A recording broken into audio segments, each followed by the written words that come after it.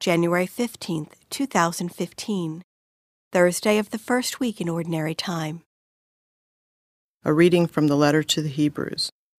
The Holy Spirit says, "Oh, that today you would hear his voice. Harden not your hearts, as at the rebellion in the day of testing in the desert, where your ancestors tested and tried me, and saw my works for 40 years. Because of this, I was provoked with that generation, and I said, they have always been of erring heart, and they do not know my ways. As I swore in my wrath, they shall not enter into my rest. Take care, brothers and sisters, that none of you may have an evil and unfaithful heart, so as to forsake the living God. Encourage yourselves daily while it is still today, so that none of you may grow hardened by the deceit of sin. We have become partners of Christ, if only we hold the beginning of the reality firm until the end." The word of the Lord. Responsorial Psalm.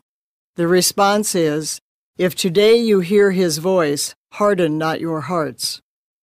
Come, let us bow down in worship. Let us kneel before the Lord who made us. For he is our God, and we are the people he shepherds, the flock he guides. If today you hear his voice, harden not your hearts. Oh, that today you would hear his voice. Harden not your hearts as at Meribah, as in the day of Massah in the desert, where your fathers tempted me. They tested me, though they had seen my works. If today you hear his voice, harden not your hearts. 40 years I was wearied of that generation. I said, this people's heart goes astray. They do not know my ways. Therefore I swore in my anger, they shall never enter my rest. If today you hear his voice, harden not your hearts. A reading from the Holy Gospel according to Mark. A leper came to him, and kneeling down begged him and said, "If you wish, you can make me clean." Moved with pity, he stretched out his hand, touched the leper, and said to him, "I do will it. Be made clean."